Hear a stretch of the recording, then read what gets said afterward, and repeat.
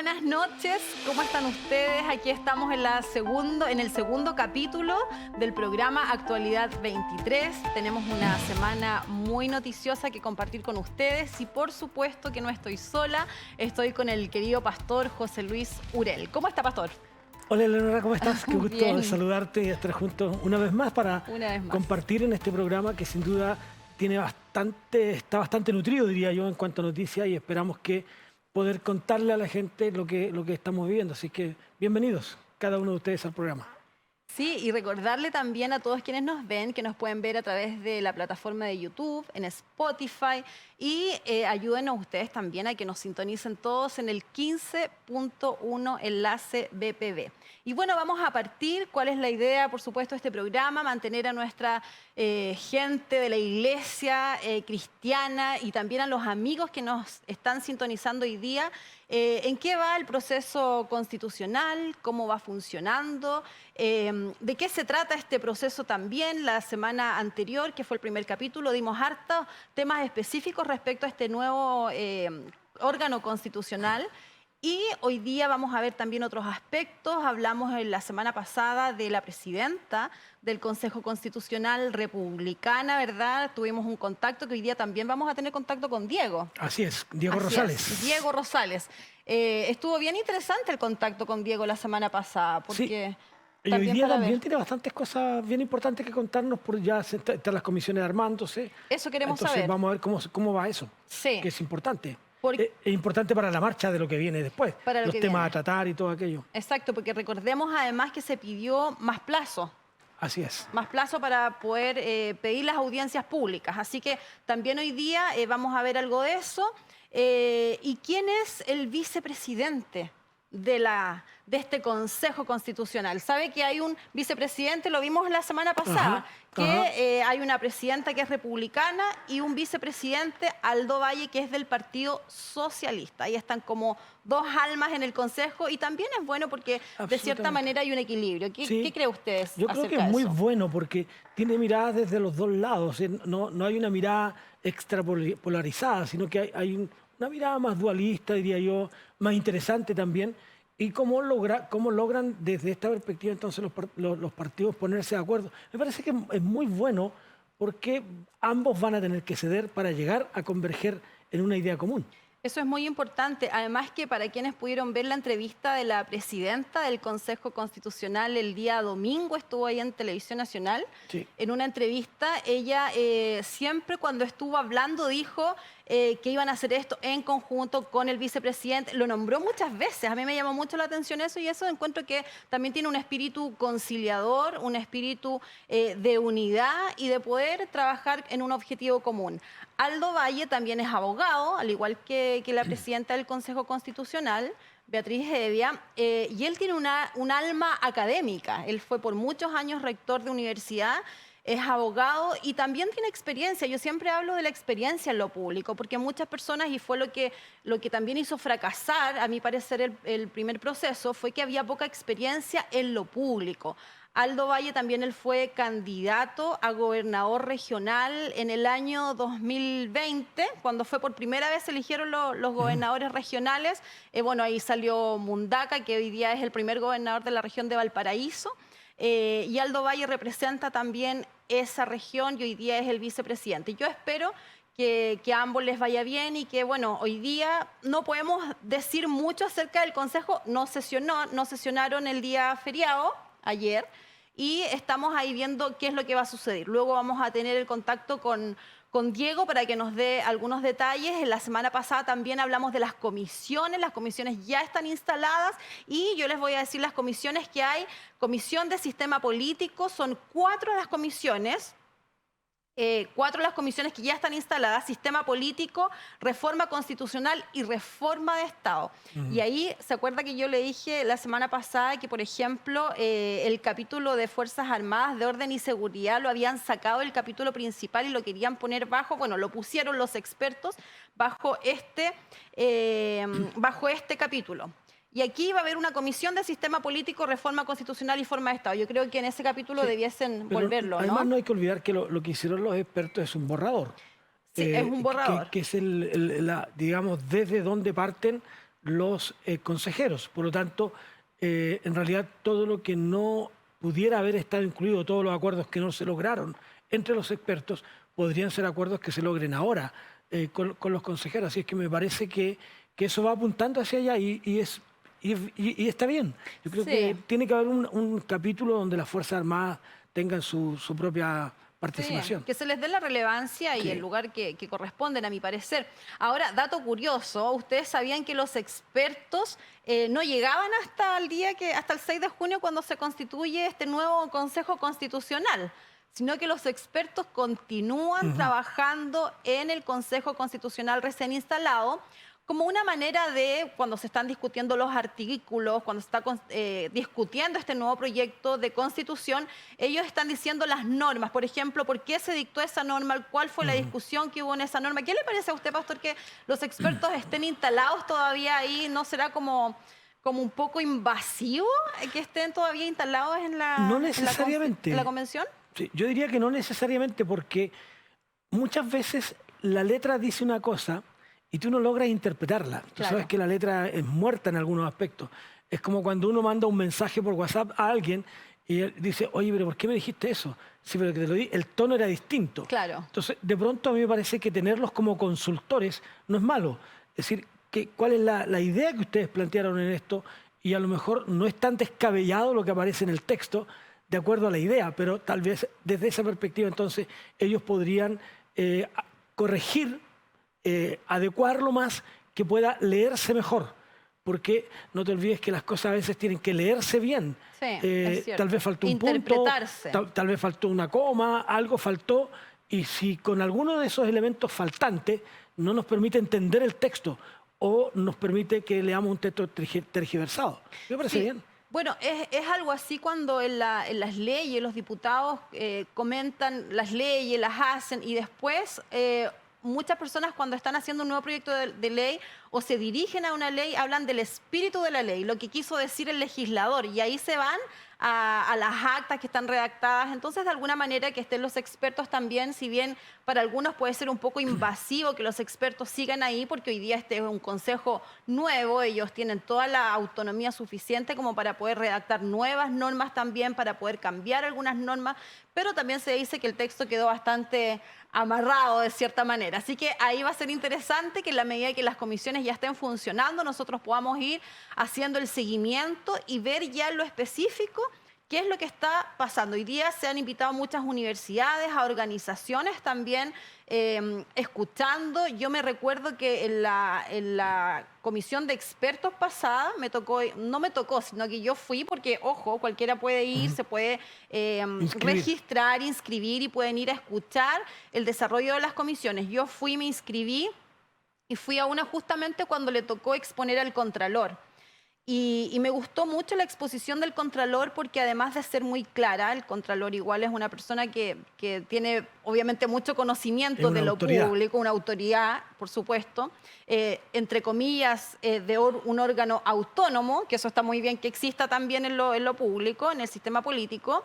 Me tocó escuchar al Contralor y fue la verdad muy interesante su charla y es importante que también las autoridades, el presidente del Banco Central, el Contralor y todos los organismos que constituyen este sistema político en nuestro país puedan ir a la convención para poder exponer ciertos temas y dar más claridad a las normas que se vayan redactando. Sí, eso despeja también las dudas. Cuando uno puede participar en estos eventos, despeja las dudas de los amarres, de los arreglos y de las cosas, porque uno puede escuchar y puede darse cuenta de lo que están compartiendo unos y otros y cuáles son las ideas de uno y otro. De pronto, la persona que yo pensaba que iba a ser más centrada, a lo mejor cuando lo escucho no lo es, o que iba a tener una opinión parecida a la que yo tengo, pareciera que tampoco lo es. Entonces es interesante que la gente pueda concurrir a estos momentos de discusión de los temas, sobre todo en aquellos a que le importe y que usted tenga tal vez una mirada especial, porque tiene, por ejemplo, una pyme o algo y quiere saber exactamente lo que se está discutiendo. No es malo asistir. Al contrario, creo que es una buena herramienta poder hacerlo y poder compartir y escuchar las cosas que allí se están planteando. Es un ejercicio bastante democrático también. Además, que suma, por supuesto. Sí. Y bueno, está la Comisión de Sistema Político, Reforma Constitucional y Forma de Estado. Está constituida por republicanos, Luis Silva, Patricia Spuerer, Carlos Solar, Ricardo Ortega y Jorge Mesa.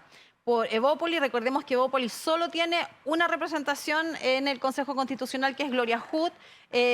Bueno, a mí me tocó competir con Gloria Hood en la región metropolitana y claro, ella era presidenta de partido a la vez. Ella fue ministra de Transporte. Entonces, el nivel de conocimiento era bastante elevado. Siempre en una campaña, cuando uno va a una campaña, la primera barrera es el nivel de conocimiento. Sí. Entonces, claro, ella tenía... Claro, y el conocimiento que la gente tiene de la persona que está postulando. Y en este caso, generalmente los ministros de Transporte tienen una exposición pública bastante amplia. Claro, eso es bueno y es malo. Es bueno porque si hacen las cosas bien es positivo, te van a apoyar después, pero es malo si la gente no está contenta con lo que estás haciendo, puede resultar al revés. Ahora, curioso también lo de Gloria Hood, porque ella fue la ministra que le tocó lo de los 30 pesos. Así es. No fueron 30 pesos, entonces esto de bueno o malo es como que ninguna publicidad mala es mala por sí sola. A priori no, al final te coloca en la palestra y te permite que los demás sepan exactamente. Yo creo que para nadie pasa inadvertido el nombre de Gloria Hood.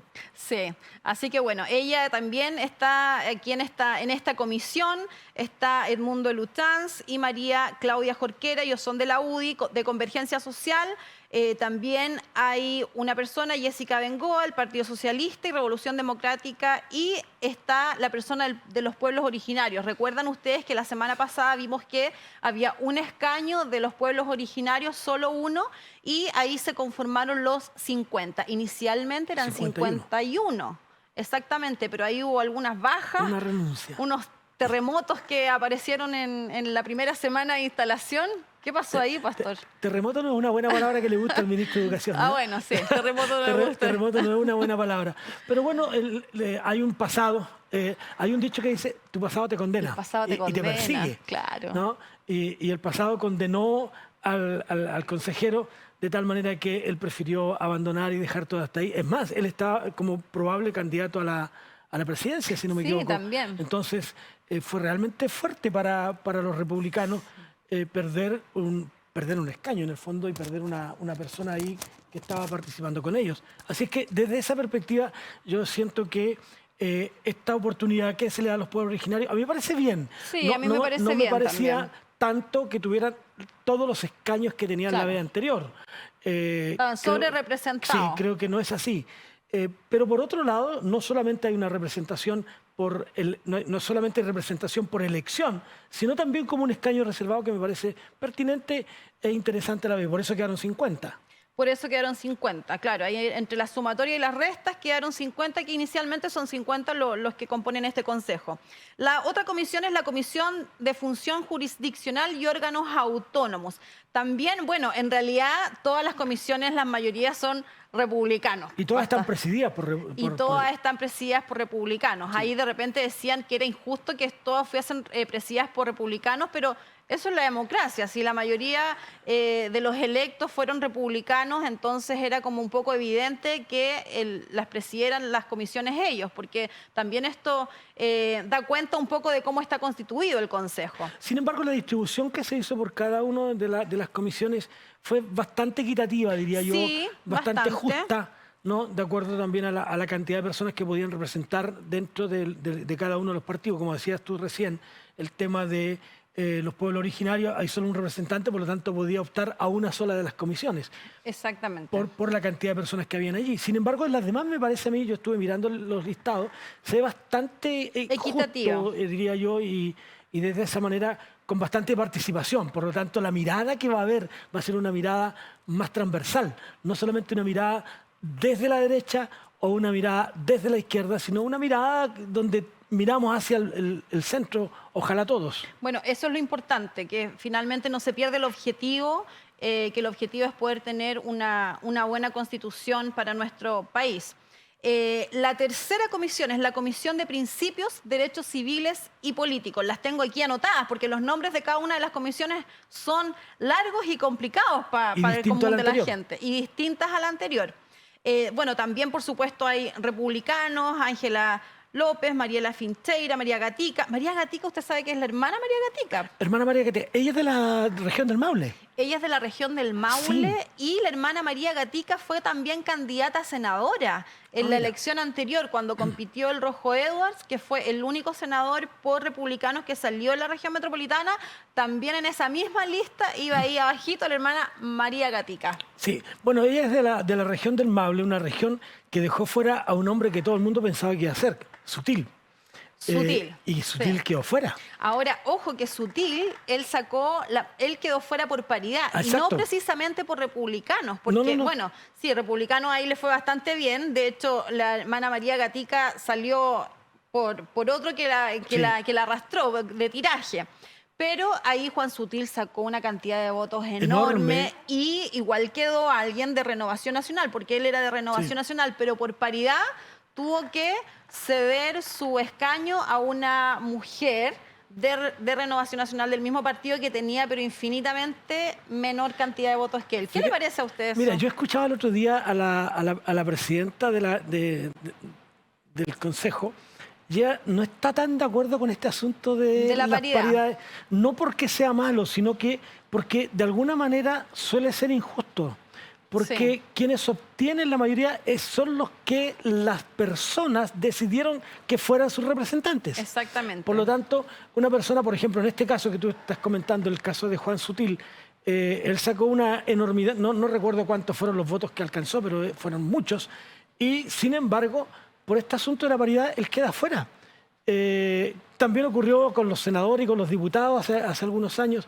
Recuerdo, por ejemplo, Fracita Motúa sacó una minúscula cantidad de votos. Y así otros. Entonces, tú te vas dando cuenta que tratando de ser justo, y ahí viene, y perdónenme que me ponga una camiseta evangélica en esto, pero ahí viene la justicia humana tratando de ser justa y injusta. Sí. Porque yo creo que estas cosas no se crean simplemente por capricho, sino que cómo podemos ser justos, ¿no? Sí. Y yo creo que este tema de la paridad parte desde esa premisa de que en algún punto es injusta. Exactamente. ¿No? Queriendo serlo, queriendo ser justa, ¿no? Pero llega ese momento en que si tú obtienes, no sé, pues 200.000 sufragios y quedas fuera, uno dice, oye, pero este otro sacó 3.000, yo saqué 200.000. Sí, injusto, porque además Sutil sacó más de 70.000 votos. 70.000 votos, que eso era como el 13% de la votación de la región, versus un 1,7 que sacó el apellido súper complicado, Yvonne Mangelford, algo así. Eso mismo.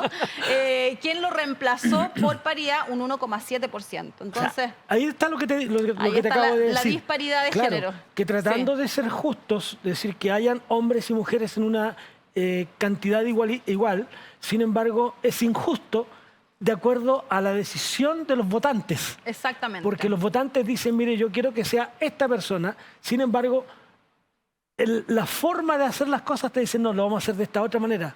Bueno, ¿y dónde quedó mi decisión? Claro, porque además eso, a mi parecer, altera la democracia. Porque cuando uno vota, uno no vota por un género, no vota por una persona si es hombre o mujer. Uno vota de acuerdo a sus capacidades, de acuerdo a la empatía, de acuerdo a si considera sus ideas similares a las de uno. Entonces, finalmente, cuando pasa esto, que se corta por paridad, se altera la democracia. Y eso creo que no está bien.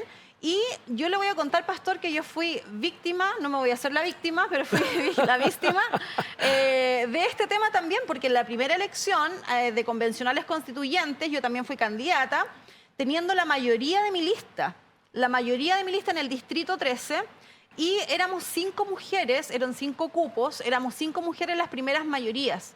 Pero no podíamos ser 5 mujeres las que entrábamos a la Convención Constitucional de esa época, porque también había esto de la paridad. Entonces, a veces la paridad no solamente beneficia a las mujeres, sino que a veces beneficia a los hombres, y nosotras tuvimos que quedar en esa oportunidad mujeres fuera, porque por paridad no podíamos entrar 5 mujeres. Teníamos que entregar un escaño reservado, porque ahí eran más escaños reservados los pueblos originarios. Sí. entonces un escaño reservado y quedaban 4. De los 4 no podíamos ser 4 mujeres, tenía que ser 2 hombres y 2 mujeres. Entonces ahí opera para ambos lados, pero así está hecho. Sí, esperemos así que eso... está hecho, así está aprobado y hay que trabajar con los elementos que tenemos enfrente. Justos o injustos, estemos de acuerdo o no, es lo que tenemos y como diría un entrenador, el partido está hecho así. Está hecho así, así son las reglas del juego. Ahora, para terminar este tema de la paridad, yo creo que si bien en las listas hay que darle cupo a las mujeres también, que sea una paridad de entrada, no así la de salida. O sea, una paridad de entrada, vamos, todos ponemos la mitad hombres, mitad mujeres, pero en la cancha competimos todos con las mismas reglas. A veces no con los mismos recursos, hay que decirlo, pero la salida sea sin alterar, sin paridad de género. Bueno, Beatriz Hevia alcanzó una mayoría abismante en la región de los lagos. Sí. Fue la más alta mayoría. La más alta, Por lo tanto, una mujer que, otra vez, las personas querían que estuviera ahí. Exactamente. Y está hoy día presidiendo la mesa.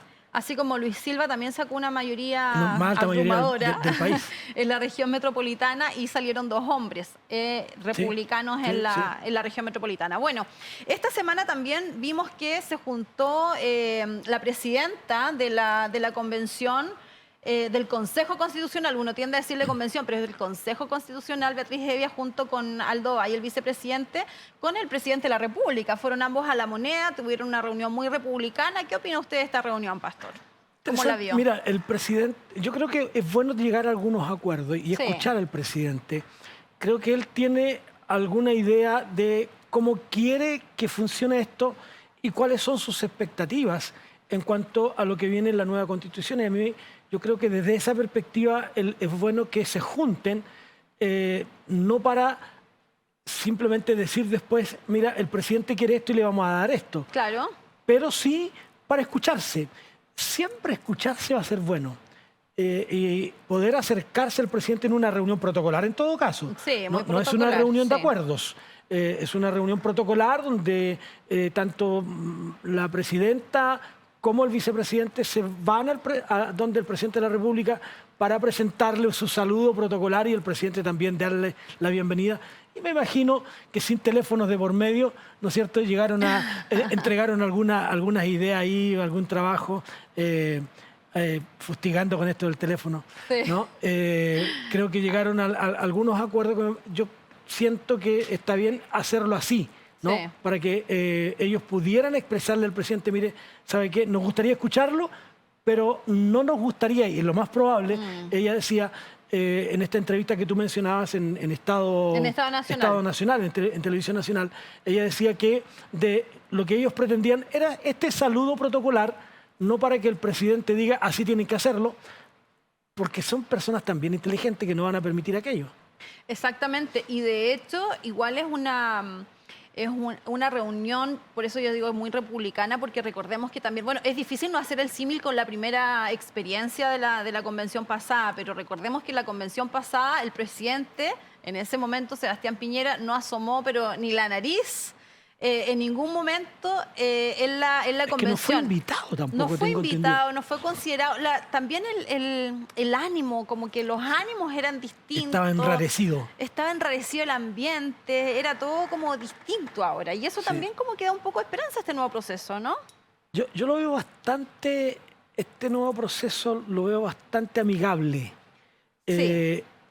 A pesar de que todavía estamos recién empezando, pero lo veo bastante amigable en el sentido de que más cercano. Yo siento que la juventud de Beatriz Hevia la hace ver también una persona tranquila, diría yo, con cierta cordura, con cierta mesura en algunos temas. Yo creo que esa es la idea y este hecho de que exista la presidenta desde los republicanos y el vicepresidente desde el partido de los socialistas me hace bien, porque van a tener que avanzar ambos y van a tener que llegar a algún acuerdo. Van a tener que llegar a acuerdos sin duda. Y bueno, para que no quedemos aquí cojos, la última comisión fue la Comisión de Derechos Económicos, Sociales, Culturales y Ambientales. Justamente la semana pasada estábamos hablando del tema medioambiental, que es un tema que por supuesto nos preocupa.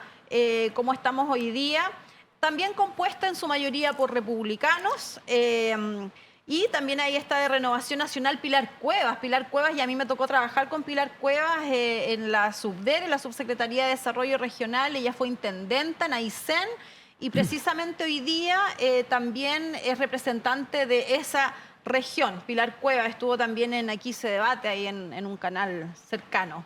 De Convergencia Social también está Nancy Márquez, ahí hay una comunista, Karen Araya, que también sacó hartos votos. Sí, Ahí vimos que sí. el Partido Comunista tiene su base también y logró sacar sus personas también ahí, Karen Araya. Miguel Litín y Aldo Valle, bueno, está ahí de Revolución Democrática, Paloma Zúñiga. Esas son las 4 comisiones que ya están instaladas, y recordemos que cada una de estas comisiones también están los expertos en las sesiones que ellos tienen cada día, están los expertos para que acompañando de cierta manera este proceso y viendo también cómo son las normas, por qué fueron redactadas de tal manera, de cierta manera, qué es lo que se quiso decir, y así esperamos nosotros que pueda tener un buen desarrollo. Así que bueno, vamos a ir viendo nosotros también cómo se va a ir desarrollando, y más adelante les vamos a ir contando cómo va el avance de estas comisiones. Esta semana estuvo bien lento el trabajo de la convención. O yo creo que fue tan noticiosa esta semana también que la comisión como que no se supo mucho de ello, porque hubo harta semana noticiosa. Hay hartas cosas que decir al respecto y vamos a mencionarlo más tarde, ¿no? Se nos está yendo el tiempo de la primera parte, por lo tanto, pero yo creo que hay algunas cosas taparon el trabajo de los consejeros. Bueno, ahora nos vamos a ir a un corte comercial. Recuerden que ya venimos luego en un contacto con Diego desde el Consejo Constitucional y vamos a pasar pronto a la segunda parte. Recuerden que estamos también en Spotify y en las plataformas de YouTube. Ya regresamos.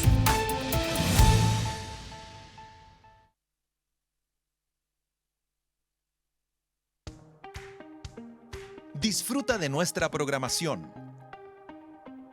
Tiempo de oración. Club 700. Día a día. Vida dura. Himnos. Academia de la Biblia. Íntimo. Vive más. Radio TV. Por el 15.1 Enlace BPB. Disfruta de nuestros nuevos programas, nuestra historia, la vida ahora, de regreso al hogar, sermones Danilo Montero, testimonios vivos, cine, palabras de bendición, Clone Kids, melodías, por el 15.1.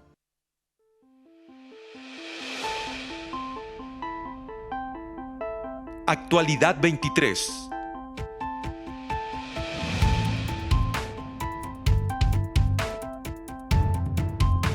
Todos los jueves, 22 horas.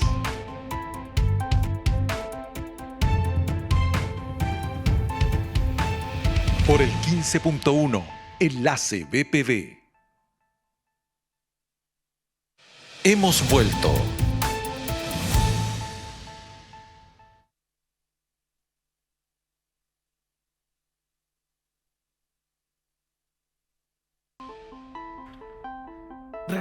Regresamos a su programa para que podamos compartir con ustedes y seguir en este informe noticioso de lo que está ocurriendo en nuestro quehacer cotidiano en nuestro país, especialmente lo que tiene que ver con el Consejo Constituyente y sus quehaceres y todas las aristas que van detrás, y por supuesto también temas de actualidad. Lamentamos que no vamos a poder comunicarnos con Diego, él tuvo que ingresar a una reunión urgente dentro de el ex Congreso.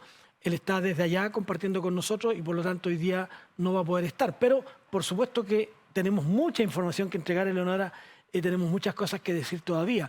Y vamos a ir hoy día también a pensar y a dialogar en torno a lo que en este borrador se escribe sobre lo que fue el reconocimiento del derecho de los padres o el derecho preferente de los padres a educar a sus hijos. Y fíjate que dentro de esto, el nuevo texto lo que dice es simplemente que tienes el derecho a elegir. Lo que no te dice es quién te va a proponer lo que tú vas a elegir. Entonces, mirado así, tenemos que entender un poco esto porque no es tan sencillo, ¿no? Pero causa preocupación, por decirlo de alguna manera, este hecho. Porque la libertad de educación en esta materia, en cuanto a la familia, en cuanto a todo esto, importa mucho el derecho de preferente de los padres a educar a sus hijos. Ahora, ¿por qué? Porque hay dos grandes derechos. Por un lado, está el derecho a elegir libremente los lugares donde tú quieres que tus hijos estudien. Exacto. ¿Ya? Esa es una cosa. Uno determina, yo decido si voy a ir a un colegio particular, si tengo los medios, o voy a ir a un colegio fiscal, por decirlo en términos antiguos, ¿no? Claro. Hoy día es distinto, pero por un colegio público. Y por otro lado, está el derecho a educar a los hijos de acuerdo a nuestras propias conciencias y convicciones religiosas y morales, que no son iguales unas de otras. Por lo tanto, yo tengo que tener esa libertad de poder decir, yo no quiero que a mi hijo le enseñen esto. ¿Ya? Cuando la Constitución dice que tienes derecho a elegir el lugar donde quieres que aprendan. Claro. Pero no a elegir lo que tú quieres. Allí te van a impartir, tanto en este lugar como en este otro, exactamente lo mismo. Tú vas a elegir el establecimiento. Entonces, es bastante importante esto, por lo que, de todas maneras, esto está más allá del derecho de cualquier órgano siquiera deliberar sobre este tema. No podemos dejarlo así. No tienen potestad para hacer esto. La Constitución debe darle a los padres la oportunidad no solo de escoger dónde van a estudiar sus hijos, sino además qué van a estudiar. Exacto. Y qué van a estudiar de acuerdo a sus propios anhelos y deseos y propósitos. Y fíjate que uno de los grandes temas y de las grandes preocupaciones tiene que ver con la ESI. Sí, la educación sexual. La educación sexual integral. Ahora, no es tan sencillo como enseñarle simplemente educación sexual, porque va más allá. ¿Qué entendemos por eso? ¿Qué es la ESI?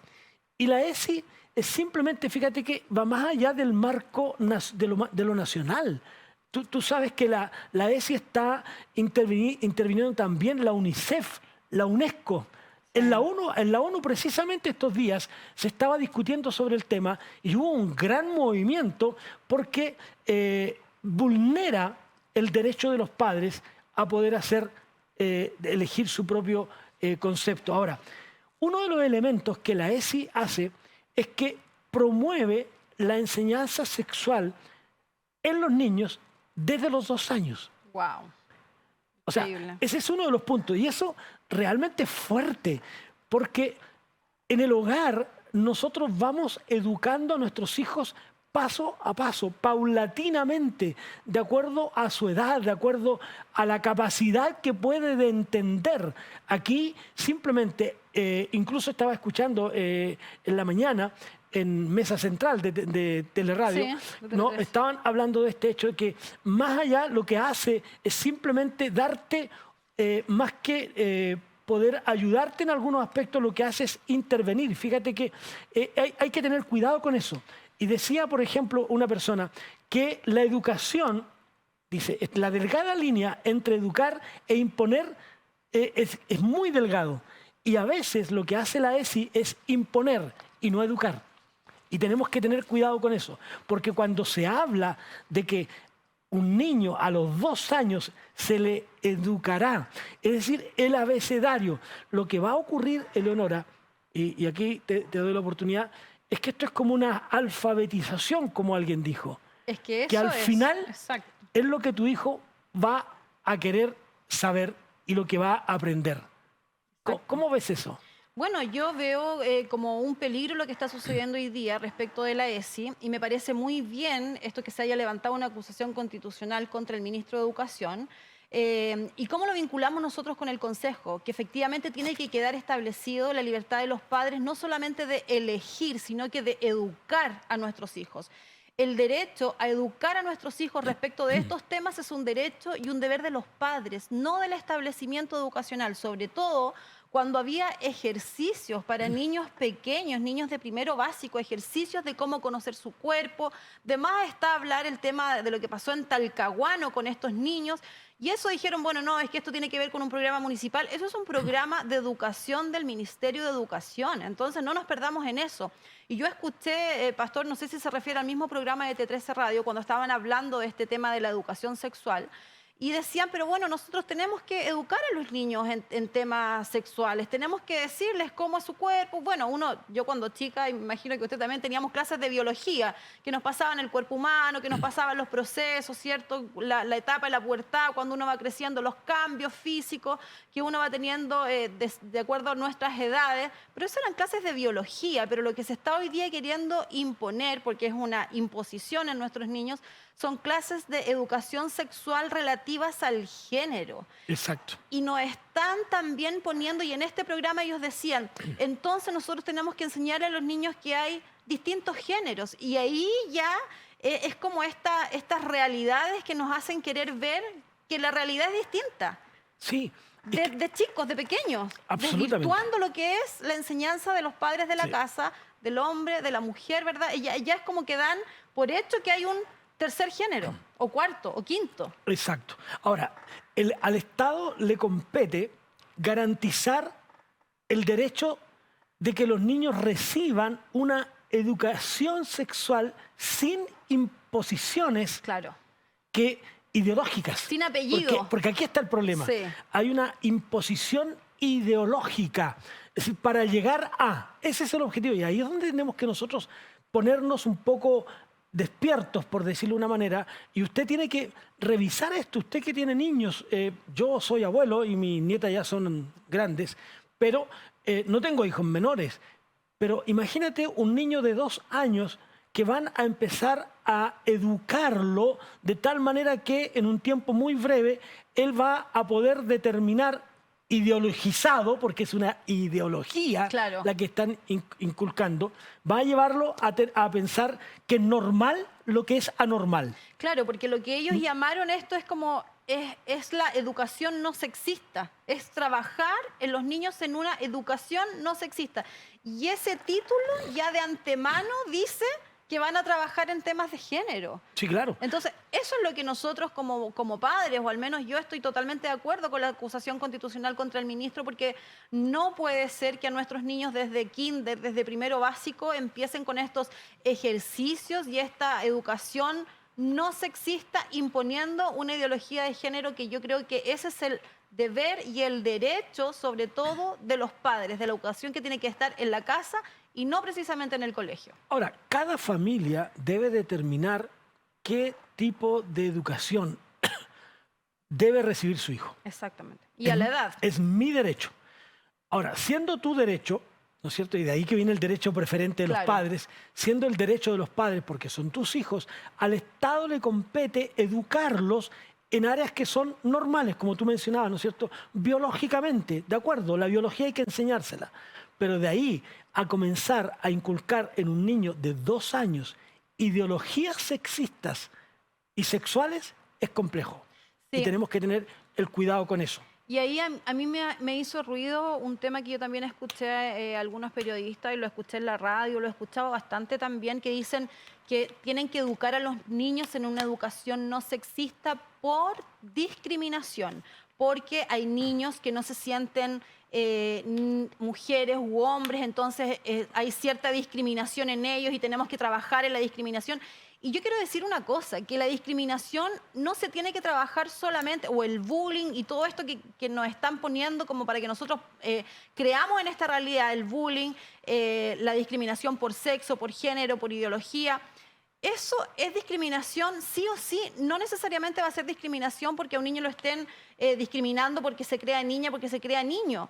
Eso es discriminación en sí mismo. Y yo, cuando escuchaba a estos periodistas hablar de que había que educar a los niños porque no podían hacer ni bullying ni discriminación, yo decía, bueno, yo cuando chica yo siempre he sido evangélica y cuando chica en el colegio también me discriminaban porque era evangélica. Y yo era la canuta y era la negra y así me decían negra canuta.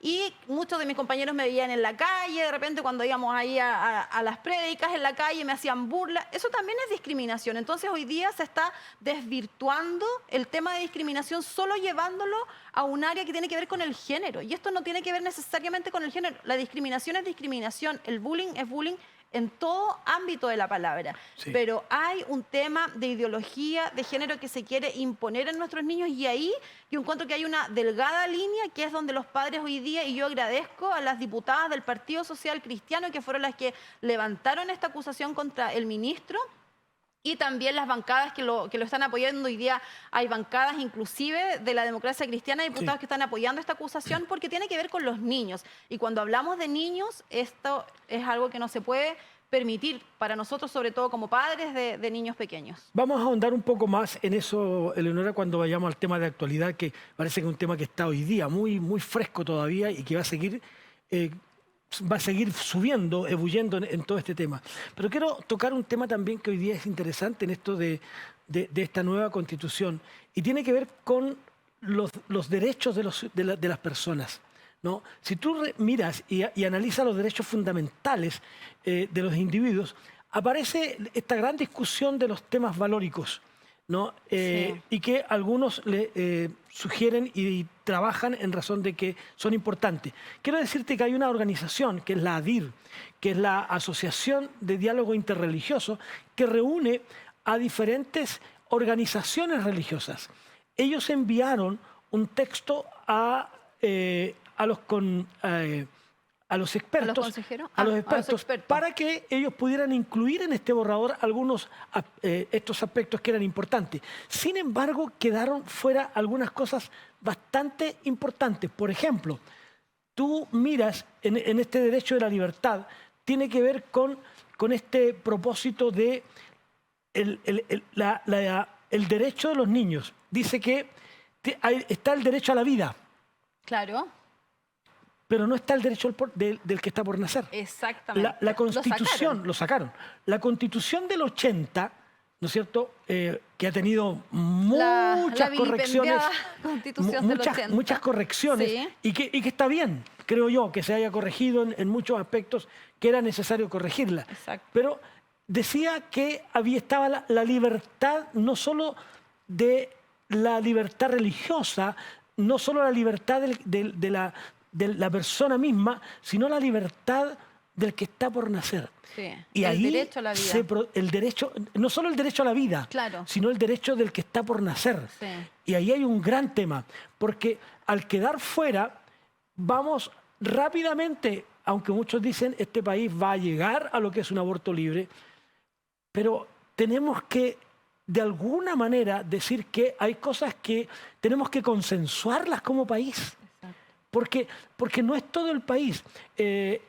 Tú sabes que el diario El País hablaba de España, el país de España, decía que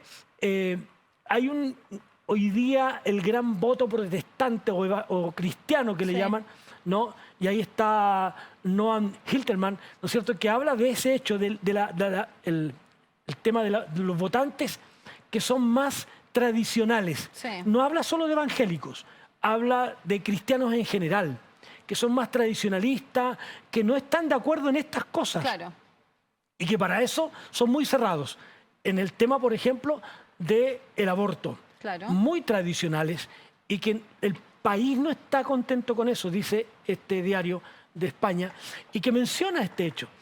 Esta presión que hacen los votantes hoy día, sí, con esto del derecho a voto obligatorio, tú te das cuenta que hoy día el voto cristiano, no vamos a hablar del voto evangélico, el voto cristiano se hace notar.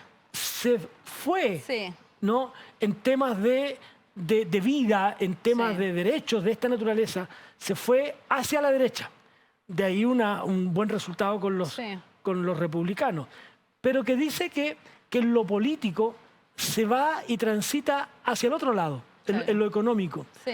Es decir, repartámonos en igualdad, sí, ¿no es cierto? pero está este voto. Claro, pero en temas valóricos como el derecho a la vida no transamos. No transan. Eso. Y está hablando de cristianos en general, insisto, De cristianos en general, sí. católicos también incluidos. Entonces, me pareció bastante interesante lo que dice el diario El País y esta entrevista que le hacen a este personaje nacional, ¿no? Chileno, socialista además. Socialista, sí, que fue dirigente también de la universidad. Sí, él fue, Noam Titelman, él fue dirigente académico de la universidad, de la Católica, junto con Boria, sí, uno por un lado y el otro por el otro. De su Pero misma él dice lo siguiente, voy a leer una parte, comillas, dice, aún menos identificación en el eje izquierda-derecha y una crítica, una posición más crítica de los abusos y de las élites. Claro. Entonces, ¿cómo transitan en ambos lados? Lo que pasa es que ahí nos damos cuenta también que Chile es un país cristiano. O sea, Chile no quiere aborto y eso se vio también reflejado en el rechazo a la Constitución anterior donde se establecía el aborto libre.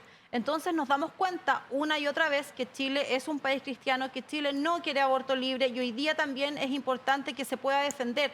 Muchos periodistas han llevado tanto a Beatriz Hevia como al consejero Luis Silva, cuando él salió con esta abrumadora mayoría, al otro día fue entrevistado en muchos canales y le preguntaban inmediatamente el tema del derecho a la vida del que está por nacer. Y ellos están como evadiendo un poco el tema, yo no sé si es estrategia, pero nosotros como cristianos tenemos que estar atentos en lo que va a pasar, porque ese artículo tiene que quedar establecido, a mi parecer, como está hoy día, no solamente el derecho a la vida, consagrar el derecho a la vida, sino que consagrar el derecho a la vida del que está por nacer. Exactamente. Bueno, nos queda muy poco tiempo. Dame unos minutos para hablar de lo que está hoy día en boga, de lo que hoy día es de interés. Hoy es jueves. ¿Qué está pasando Estamos en Chile? hablando nosotros en este día jueves, que es día jueves 22 de junio. 22. ¿Qué es lo que pasa en nuestro país? ¿Qué cosas están ocurriendo? Una tiene que ver con la acusación constitucional contra el ministro Ávila de Educación. De Educación, Ahora, sí. rápidamente, ¿por qué se llega a una acusación? No es cuestión de que a mí se me antojó y que alguien levantó la mano en el Congreso y dice, yo quiero acusar a tal ministro, sino que tiene que haber algunas razones, algunos pasos que se van dando del por qué se pasa así. Y van apareciendo cosas como las que tú mencionabas, como el tema de la educación, como el tema... y que no tiene que ver, yo quiero, de principio, de gestión. Sí. Y yo quisiera de principio sacar el tema de la orientación sexual del ministro. Sí. Es decir, nosotros no podemos juzgarlo, podemos no estar de acuerdo o de acuerdo. Claro, podemos estar de acuerdo o no de acuerdo. Sexual. Eso es otra historia. ¿Cómo podríamos estar de acuerdo o no con una persona si es hetero o no? Claro. Pero no tiene que ver con su orientación sexual. Por favor, saquemos ese tema de la discusión. ¿Qué es lo que hizo el presidente de la República cuando lo defendió? Y lo dijo en el discurso público, en la cuenta pública. Porque él lo plantea desde la perspectiva de que está siendo acusado por su orientación.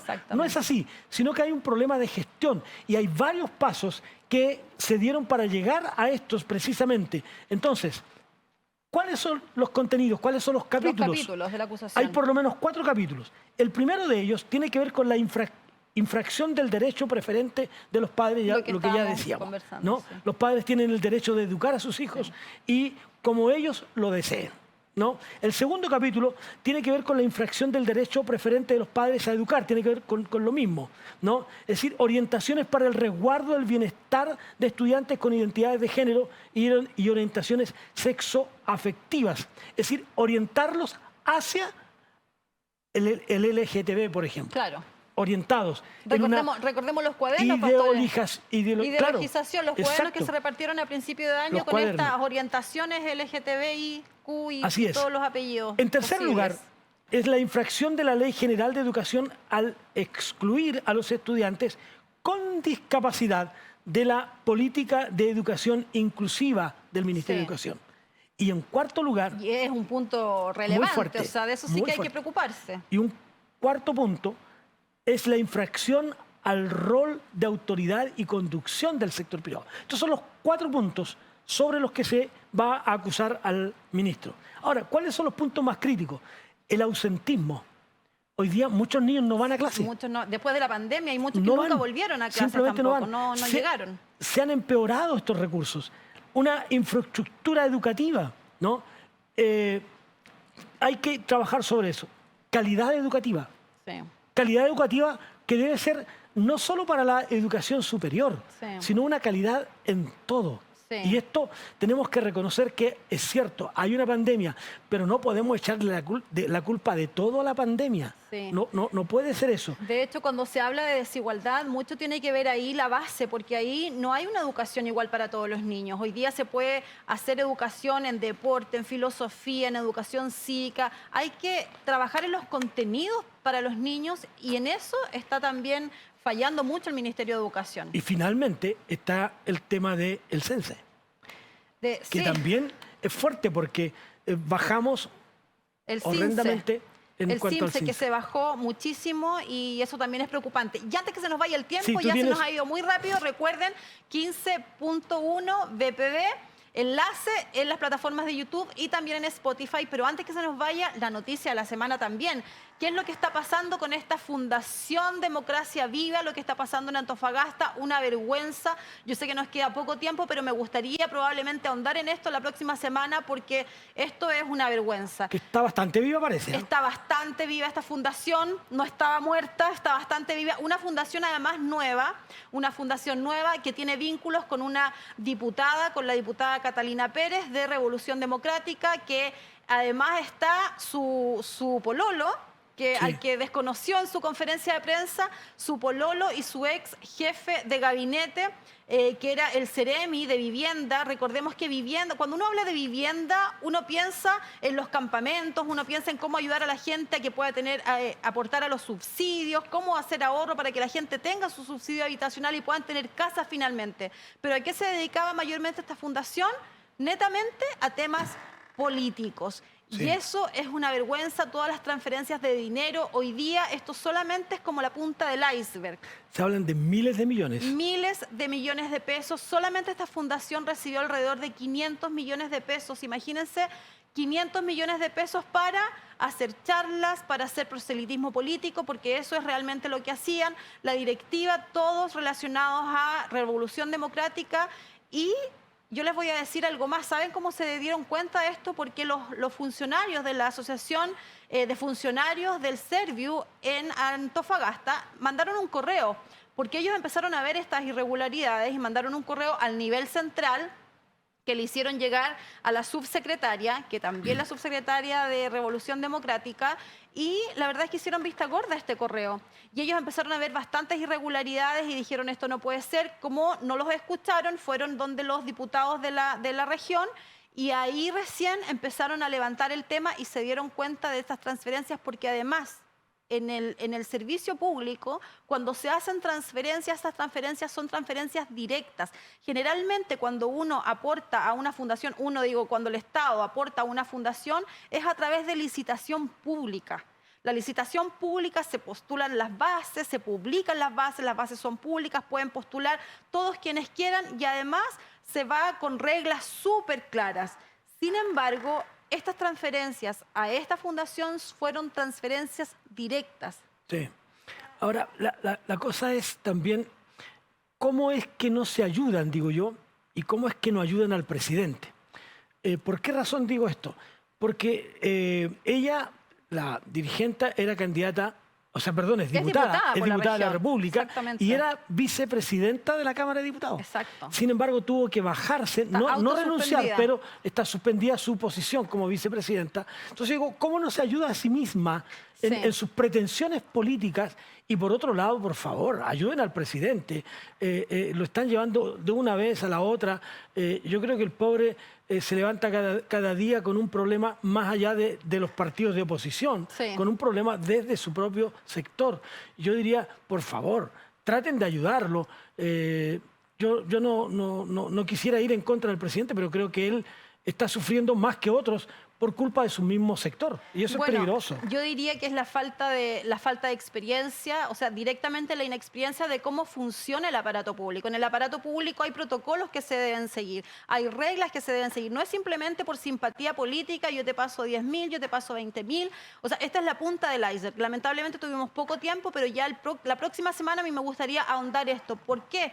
Porque aquí existe también la iglesia evangélica que trabaja directamente con ofrendas, ofrendas, con sacrificios, que están levantando casas, que están trabajando en campamentos, que están haciendo, yo conozco por ejemplo a la hermana Carol Espinosa, que trabaja en un campamento de niños, que están juntando regalos para el Día del Niño con ofrenda. Conozco a Cristianos por Cristo y por Chile que están levantando casas en Santa Juana, producto del incendio que hubo, con plata del bolsillo de pastores, de obispos, con mucho esfuerzo de los hermanos. Me acuerdo que se juntaron en un gimnasio en la comuna de San Joaquín para hacer ofrenda, para juntarse. La hermana Gladys Muñoz estuvo ahí también, y con toda esa plata que hicieron fueron y levantaron 7 mediaaguas en la comuna de Santa Juana, con esfuerzo de todos, y ver que se gastan 400 millones de pesos, que es la punta del iceberg, porque vamos a ver la próxima semana más de 1.000 millones de pesos, 3.000 millones de pesos en esto.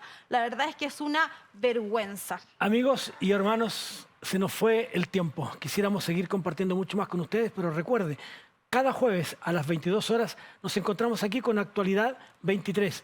Ustedes sintonicen 15.1 BPB. Gracias, Eleonora, por estar juntos una vez más, y nos reunimos el próximo jueves. Nos vemos, pastor. Un gusto. Cuídense con la lluvia.